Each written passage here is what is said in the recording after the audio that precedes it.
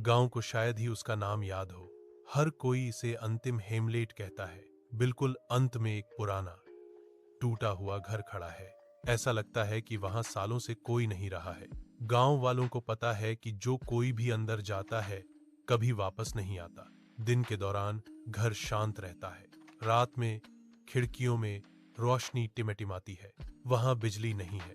हवा शांत होने पर भी दरवाजे चरमराते हैं। शफीक, एक लापरवाह शराबी, पहले गायब हो गया। उसने भूतों पर ताना मारा और घर में प्रवेश किया। दरवाजा धड़ाम से बंद हो गया। एक आवाज आई, खोलो। फिर सन्नाटा। शफीक कभी वापस नहीं आया। अन्य गायब हो गए।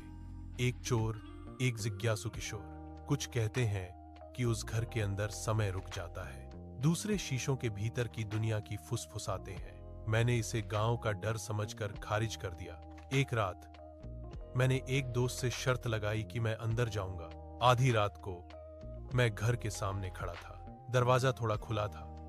एक ठंडी सांस बाहर निकल रही थी। मैं अंदर चला गया। दरवाजा धड़ाम से बंद हो गया। कमरा रोशनी से भर गया, लेकिन कोई बल्ब नहीं चमक रहा था। दीवारों पर तस्वीरें लगी थीं। वे लापता लोगों में से थे। आखिरी तस्वीर ने मेरा खून जमा दिया। यह मैं ही था जब मैं वहां खड़ा था। एक फुसफुसाहट आई, तुम अंदर आ गए हो। मैंने दौड़ने की कोशिश की, लेकिन हिल नहीं सका। दर्पण में मैंने खुद को हंसते हुए देखा। असली मैं रो रहा था। दर्पण में मुझसे कहा, मैं तुम्हारी जगह लूंगा। अंधेरा, मैं बेहोश हो गया। ग्रामीणों ने मुझे अगली सुबह सड़क पर पाया। मैं चुप था, केवल इतना कह रहा था, मैं ठीक हूं। लेकिन कोई भी मेरी आंखों में ज्यादा देर तक नहीं देख सका। मैं अब वो पुराना नहीं रहा।